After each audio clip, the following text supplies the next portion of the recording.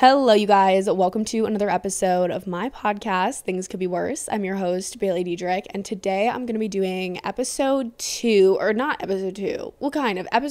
my advice session series that I started a little over a month ago. Basically, if you didn't listen to my last advice session, I sat down and I just took things directly from you guys, either questions or scenarios that you're in, difficult things you're dealing with, and I sat down, talked about them, talked through them, told you what I would do in your situation, or just tried to give you my best advice. I really like just sitting down and actually interacting with you guys and getting questions from you guys. That's why I like doing my girl talk episodes and these ones so much. Welcome to advice session number 2. I hope that if you submitted any DMs to me, that I can give you good advice and help you through your situations. And if you didn't submit anything, I hope you guys can follow along, listen along, see if you're in any similar situations, just listen along. If you're in these situations in the future, things similar, maybe I can give you some, I don't know, advice. I'm not qualified. I'm not qualified for anything, actually. I have very little qualifications on my resume, and I'm definitely not qualified for life advice, hence my life is constantly in shambles, but, I do my best. This might be a little bit of a shorter episode because I have something kind of urgent to do tonight, and I said that this episode wouldn't take me more than an hour to record, so hopefully I can, fly through these and still make a good episode. I'm going to Lollapalooza this week. I've talked a little bit about it. I'm going with a whole group of my girlfriends, and I bought a pair of Steve Madden or Madden Girl, I think it's the same brand, right? Black knee-high boots. And if y'all know me, I'm a tiny little girl. I'm so petite and so cute. JK, I fucking hate my body because I don't fit in any clothes. Cowboy boots, way too big on me. I'm always swimming in my boots. I'm always swimming in everything because I'm just so thin, and I know this isn't, shut the fuck up. You're not going through the worst thing in the world, but it's so frustrating with shoes. Every single pair of boots that I own looks so stupid on me because my calves are so thin that I bought this pair of boots, and on the model they were tight on the calves, and I have 18 inches of extra room, and it's really unfortunate. So I'm gonna bring these boots over to one of my friends' houses, and her mom has a sewing machine and always does alterations, and she makes her Halloween costumes and stuff. So I'm gonna see if there's a way for her to sew my boots, because they're made out of fake leather, pleather, but it's not leather, it's a fabric-y material that looks like leather. I'm gonna see if she can do a little altercation on my boots so that I can wear them in a few days, but she's going out of town tomorrow and the next day, so I need her to do it tonight. And I feel really bad because I just asked, and she was like, yeah, but you have to do it tonight. I'm like, okay, I'm about to record a podcast, and she was like, okay, just come after. So now I want to hurry and not be there super late. But yeah, let's get into the first submission. The first submission comes from, actually, I'm not gonna say your name. Sorry, I don't know why I started off like that. Just out of respect for privacy. If I was submitting advice, I probably wouldn't want my name on it.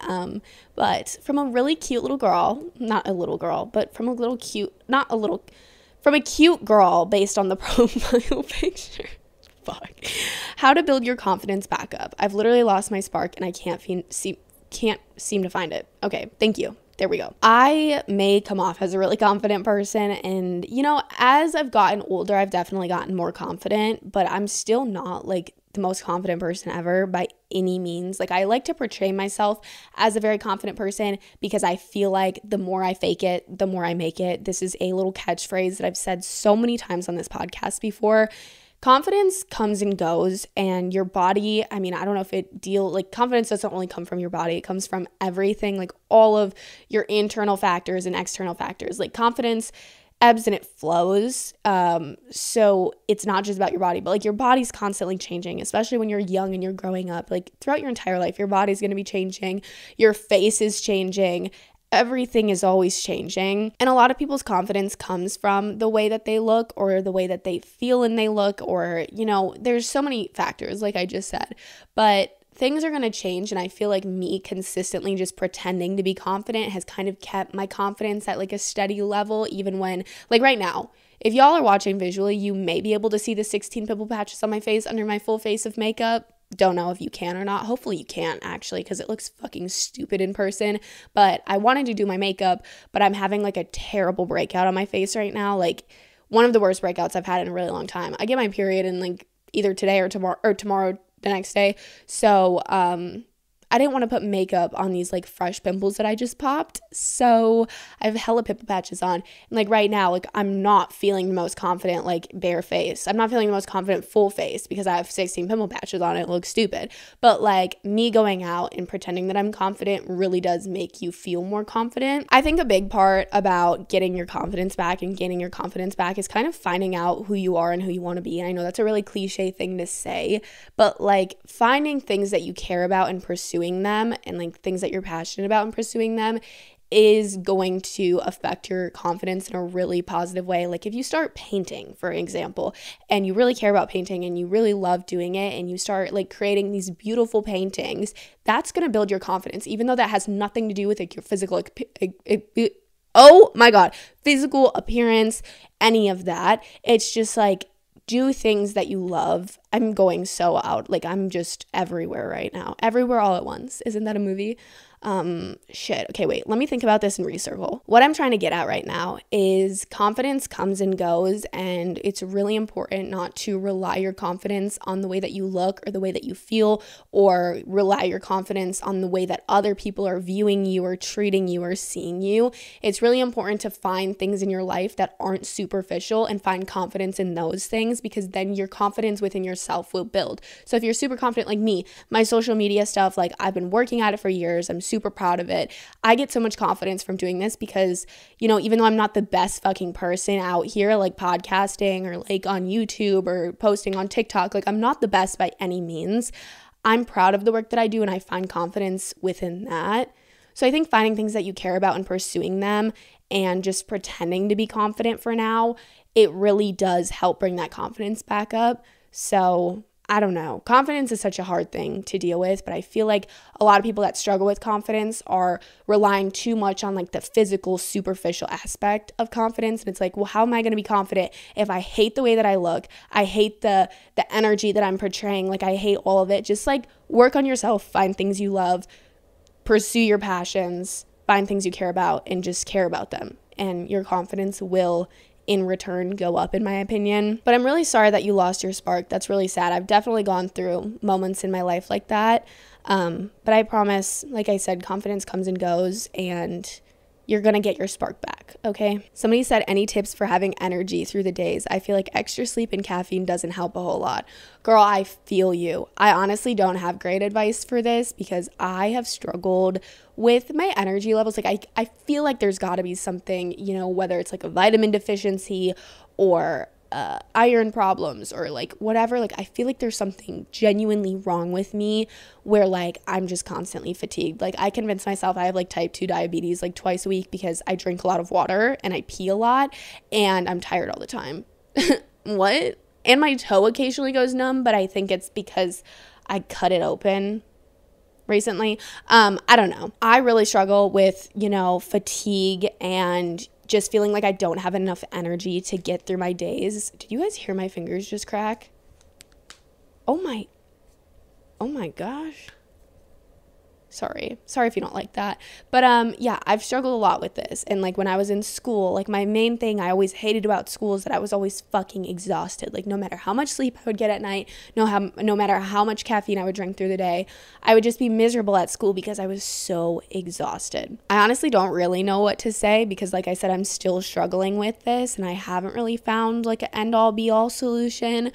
But I will say, like, do make sure you're getting enough sleep, you're drinking enough water, you're eating like a consistently pretty healthy diet, and those things will help even if they feel like they aren't helping. Take the time to like take care of yourself, and you know, maybe you're doing too much socially and you don't realize it. Like maybe you're not taking enough time to, you know, recover by yourself. Like maybe you're secretly an introvert and you don't even know it, and like you need that time alone to fully recharge and recover, because I've definitely started realizing that about myself.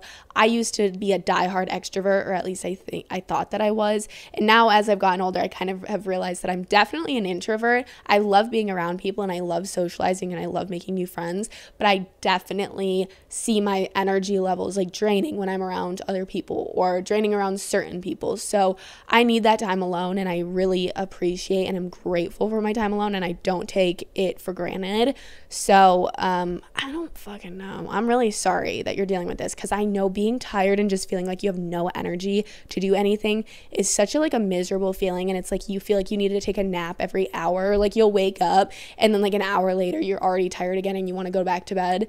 Like I feel you, girl, and I'm so sorry. If I find a solution, I'll let you know. But it's tricky. It is tricky. Somebody said how to not be awk when you get waxed down there. Laugh my ass off. I'm going to say this once and I'm going to say it very clear. It's going to be a very short answer, and I know that it might be like kind of like obvious, but you really need to hear me out and listen, because this is like true. Like there is no other if, what, but, when. This is the answer, and this is the only thing that should be in your mind when you're going into like a Brazilian wax. It does not matter what you look like down there. It doesn't matter whatever you got going on. They have seen it. Brazilian waxers, people that do bikini waxes, have seen pretty much everything. They've seen hundreds and thousands, if not hundreds of thousands of different coochies. Your coochie is just another coochie. You know what I mean? Like, yes, all coochies look different. All coochies matter. But like at the end of the day, they're going to go home and they will not remember what your vagina looks like. They aren't going to remember, you know, if you have a mole there, or if your hair is a little curly, or if your hair is a little darker than their last client. Like they're not going to remember that. And I know it can be awkward, and it's such like a vulnerable position to be in, like legs spread out on the table, like let me see your coochie. I get it. It's weird, but it's normal, and so many people do it, and they see so many coochies, and this is literally their profession. Like they signed up to see coochie. You know what I mean? They signed up to do this. It's not weird for them. It's not uncomfortable because they're so used to it. So you just have to like let their energy and like their, you know, knowledge of what they're doing and like their experience kind of like ease your nerves, if that makes sense. Like they have seen so many coochies, bro. Your coochie is not going to be the worst one they've seen, might not be the best one they've seen, but it doesn't fucking matter. The next one is another one that I still haven't quite figured out, so I might not have the best advice on, but how to deal with feeling like all of your friends are growing up so fast and you're not ready to yet. I feel you. All my friends are literally, oh my God, half of my friends, like half of my little girl group that I have are going to be gone by this time next month. And it is shattering my heart. It's shattering my world. It's shattering my life just thinking about it. They're all going to be moving away to college, moving into their dorms, meeting their new friends. And I'm not going to college, which a lot of you, probably most of you know if you've been like keeping up with my podcast or like other social media stuff. I kind of feel, I don't know, not left out because this was my decision. It's not like I'm being left out of something, but I feel left out. Like my friends are all talking about decorations that they're getting for their dorms, and they're talking about their roommates, and they're talking about how excited they are. And I know this is a decision that I very thoughtfully made for myself, and I don't regret the decision that I made. It's just like a little bit of, I don't know, it's like a bittersweet moment because all my friends are moving on to their next stage of life, and I'm kind of staying, like, while I am moving into my next stage of life because I'm not going to high school anymore, I can focus on my work, I can focus on traveling, I can literally do whatever I want basically right now, which is such a privilege, and I'm so grateful for this opportunity. It's a little bittersweet because I feel like all my friends are moving on, and while I am, it's just like not the same, and I'm not necessarily ready to give this up. And I love where I'm at in my life, and you know, really, really soon and everything is going to be changing, and it's scary and it sucks, but it's part of life. And I think you just have to really take advantage of like the time that you have as like who you are right now and the people around you right now and the opportunities that you have. I think living in the moment and really just like appreciating all that you have. I know, again, everything I say always seems so cliche, but at the end of the day, like, these cliches are usually accurate, so that's why I repeat them just in like my own words. You know what I mean? I get this question though, particularly may not be in regards to kind of what I'm talking about. I feel like you might be like, oh yeah, that makes sense, but like I'm just saying, like, my friends, you know, say we're going from freshman year to sophomore year. I feel like that's a very big transitional period. You go from being like still a child to like a little bit bigger of a child, you know what I mean? And I feel like I went through like probably my most changes. I don't know, actually. I really don't know. I don't know when my most like changing, my biggest period of change was in high school. I feel like you might be referring to the fact that your friends are maybe like starting to date or starting to want to go to parties or starting to want to do all of these like, you know, more like grown up things, and you're just like not ready for that, and you don't want to give up like your youth or your innocence yet. And I feel like that's completely fine. I feel like you really have the choice to do whatever you want, and if you don't want to do the things that your friends are doing, you really don't have to. It's really hard to get at like what you're exactly trying to say, but I feel like, I don't know, my first piece of advice plus that last piece might help, but I know it's really scary and it's really sad, and it's just like, it sucks, but it is a part of life, and I've already said that, but I just need to get that. Like, we all go through this. Like, every single person ever goes through this. They go through growing up. I mean, not every single person, which is really fucking sad, and I don't know why I just had to like pin it back on that. Growing up is a great privilege. It is. But most people get to do it, and it just happens, and there's nothing you can do to slow it down. All you can do is just appreciate the time that you have and, you know, not take things for granted, I guess. Next one is advice on preparing for a tattoo. Like, how bad does it hurt? I only have one tattoo, so I can't give you like a ton of, you know, personal experience here. Like, I got a tattoo. It hurt, but it didn't hurt bad. I didn't take any sort of like ibuprofen or Tylenol or Advil beforehand, which I know a lot of people recommend you do. I know people can get, okay, actually, I do have a few pieces of advice. I didn't really experience a lot of pain, but I don't really have a high pain tolerance. Like, I can go through a lot of pain, and like, I don't know, I just think my pain tolerance is pretty high. But then if you have a low pain tolerance and you feel like the tattoo is gonna hurt, or you're getting it in a spot where you've heard is like really sensitive and hurts a lot, there's two things that I would recommend. Number one, I don't know if this is like, you know, approved by tattoo artists, but I've heard people get like topical, you know, over-the-counter numbing cream, and you can get this from like Walgreens or Walmart or wherever there's like some sort of like pharmacy type of thing, and you can apply, you know, numbing cream right before you go into your tattoo appointment, and then by the time you get in, your skin will be a little bit numb, so that can help with the pain. And then also just popping like 1 or 2 or 3 Advil, Tylenol, whatever preferred, you know, over-the-counter pain med you like to take or you take. I feel like those are the two tips or like little life hacks that I've heard for reducing tattoo pain, but in my personal experience, it really doesn't hurt as bad as it seems like it will. And I got mine like right here on my wrist. If you're watching visually, it's like right on like the outside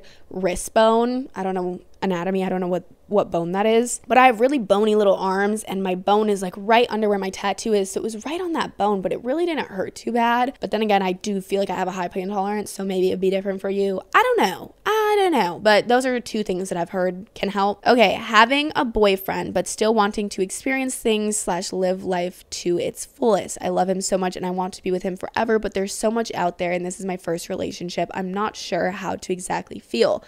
Oh, girly, I resonate with you on this more than you could ever imagine.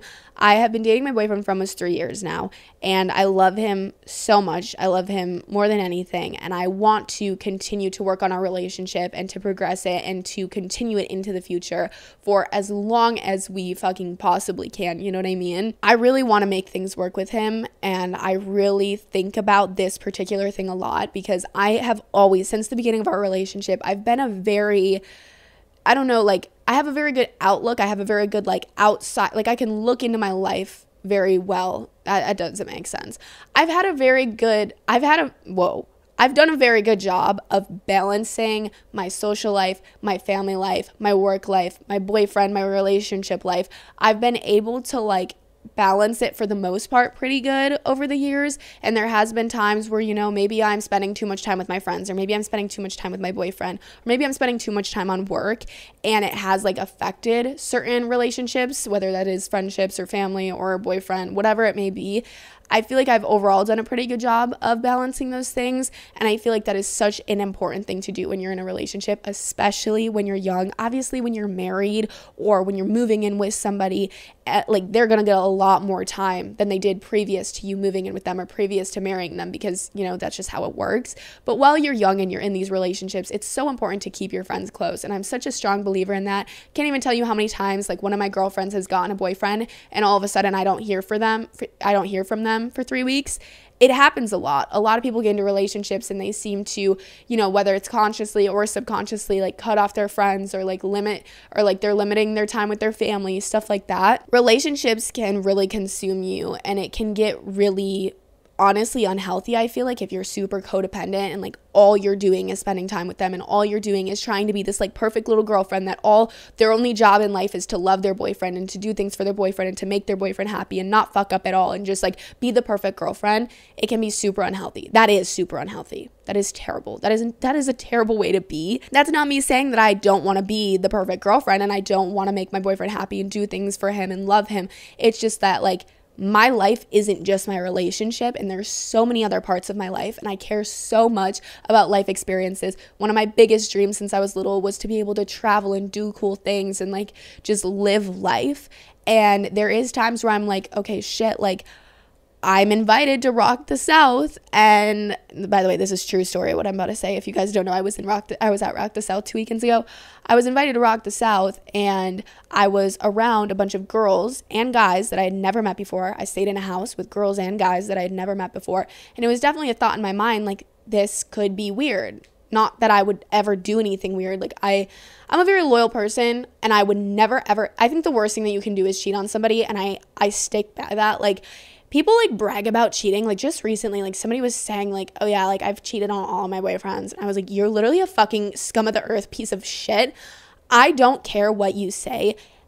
You can control whether you're fucked up, whether you're, obviously if you're like drugged, roofied, and it's like non-consensual whatsoever, that's a pass. I'm not talking about those circumstances, but I'm saying if you make the decision to cheat, you're a fucking terrible person. Just break up with them. I don't give a fuck. I don't give a fuck. Like, I will not hear anything out. I don't understand how people cheat. And I don't, that's one thing, no. Like, absolutely the fuck not. If I'm not happy with my boyfriend and I feel the desire to go fuck another person or go make out with another person, I'm not fucking gonna leave. That's so fucked up. Break up with them. That's okay. Sorry, I'm getting too deep into this. But what I'm getting at is, although I would never do anything like that, I would never, you know, go cheat on my boyfriend at Rock the South, it is a little bit of a respect thing or like a uncomfortability thing on his part, like me staying in a house with guys that he doesn't know and that I don't even know. And I get that. And we even, you know, being vulnerable here, we even had like a little discussion of him like sharing his feelings with me and saying that it was a little bit uncomfortable and that he doesn't necessarily love that I did that. But he knows that this is like my life and this is what I've been dreaming of doing. Like, if you would have told me 2 years ago that I was invited to Rock the South to hang out with all of these fucking quote unquote famous people that do the same shit as me and that are like super cool and fun, I would have been like, what the fuck? That is not true. Like, I wouldn't have believed it. It would have been too good to be true. And I don't know, like, he respects that this is my life and it's fucking weird, and I know it's like particularly hard to deal with me and to date me, and I respect him so much for being able to try and understand and to try to be okay with certain things. And there definitely is boundaries. Like, there definitely is things that I've passed up or that I've said no to because, you know, I'm in a relationship. Like, I have boundaries. It's not that I say yes to everything, because there definitely is, like, I have respect for him and I understand things that are too far. But at the end of the day, like, you're young. You said this is your first relationship. This is your life. And you can't pass up cool opportunities just because you're in a relationship now. You know what I mean? It isn't worth it. It isn't worth it. Be a good girlfriend, have respect, talk about boundaries, talk about, you know, have open communication about things. But like, you need to be able to go live your life. You know, I have so many things that I want to do in the future: traveling, future festivals, future experiences, meeting future people, clubs, bars with my friends when I turn 21. There are so many things that I want to do. And just because you're in a relationship does not mean that you have to give those things up. And if your partner is making you feel like you need to give all of those things up just to be in a relationship, it probably isn't the right person, because a good supportive person that cares about you and that is a good partner is going to want you to go experience those things. It's just all about having respect and knowing your personal limitations and knowing your limits. Like if you know that like, okay, you get to the bar and you get a little fucking weird, don't fucking go to the bar. But if you know that you can go to the bar and be completely fine, you know, hang out with the girls, not like be weird with any guys or anything, you just have to know yourself. You know what I mean? And that sounds like bad to say, but it's like some people are inherently like, you know, maybe flirty people, and like they kind of enjoy attention from people that aren't their boyfriend, and that's not good. But like if you know that you're that type of person and you just like can't control it or whatever, don't go to the fucking bar. Don't go to the party. You know what I mean? I don't know. There's so much that goes into this, and I've been talking for so long, but I just feel like it's really important to realize that this is just your life. And, you know, this relationship in 2 years or even less could be gone. And it's like, did you really pass up all of those fun opportunities for something that didn't even work out? And it's not good to look at your relationship like, oh, it might not work out. But like at the same time, like this is your life, and like your life is going to work out in whatever way that you want it to, whether you're with somebody or not. So like, go do those fun things. You deserve to. You would deserve to experience things and just like do cool shit. You know what I mean? So yeah, I think it really comes down to open communication though, and being able to talk about things that like bother each other and like stuff like that. So I don't know. Next one is friends who don't give enough effort into the friendship when all you do is put in effort and be a great friend.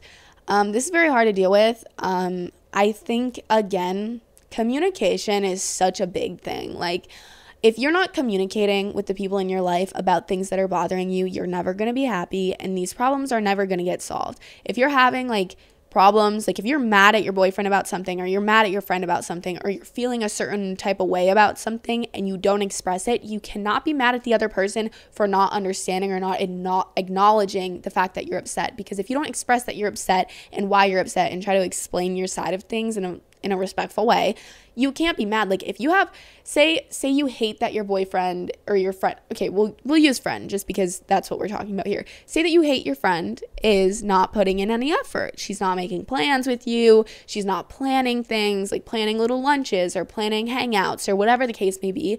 You're upset about this. You cannot be mad at her if you haven't made this a point.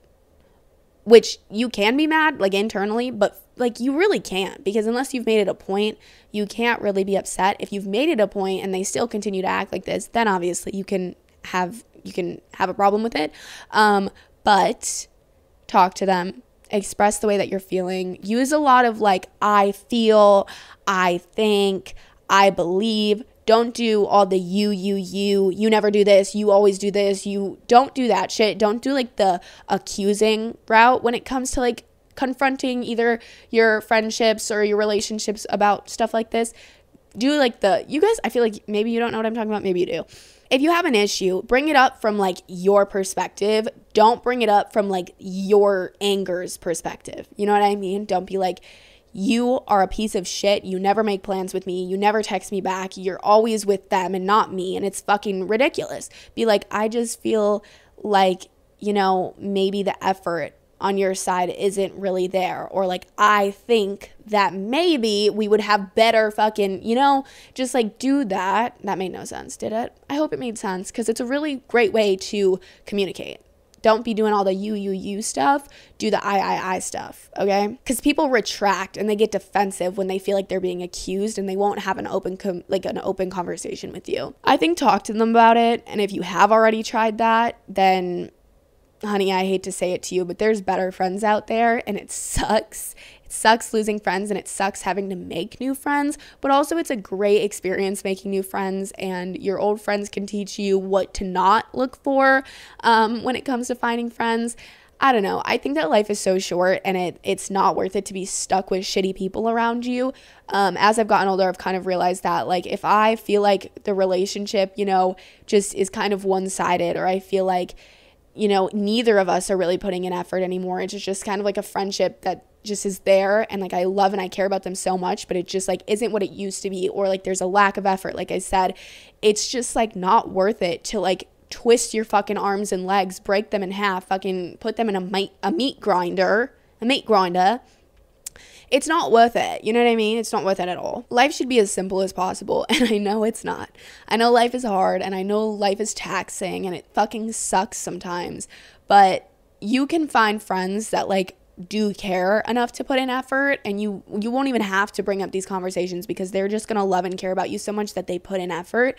So I feel like after conversation, if it doesn't improve, it might be time. I mean, you don't have to completely cut these people off, you don't have to like burn any bridges or anything, but I think starting to look for friendships in new places would definitely probably be a smart decision if their behavior doesn't change. Because at the end of the day, you don't deserve that. You deserve somebody who's going to put the effort in, and you will find somebody who's going to put the effort in, no matter how scary or how hard it may seem. Okay, y'all, I know this was a shorter episode, and I'm sorry for that, but I need to get over to my friend's house to see if her mom can fix my damn boots. And I also ran out of submissions. I think there was like 3 more that I could have answered. Y'all need to follow the Instagram at Things Could Be Worse Pod. And when I post things, I need y'all to contribute. I need y'all to participate. Be in my episodes. Interact with me because I love doing this. But I really didn't get that many submissions this time, which is weird because I usually get a fuck ton.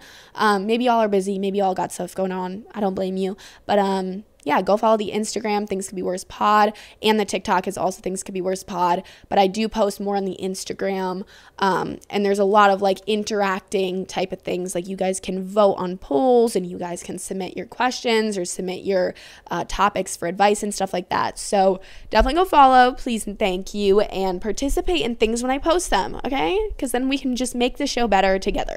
I love you all so much. My headphones are sliding off my face, so I'm going to take them off. I love you all so much. Thank you so much for listening to another episode of my podcast. Please don't forget to rate and review the podcast. It really helps me out, and I appreciate anybody who does that. It just helps my podcast continue to grow, and that's what I'm trying to do here. I'm trying to grow our little family so that we can become bigger and better and stronger than ever. I honestly love the podcast. When I started the podcast, y'all, a little tea here, a little confessional. I was so excited to start my podcast. I had wanted to do it for 2 years. Like I had wanted to start a podcast for 2 years and I just didn't. And then I just decided to wait till I turned 18.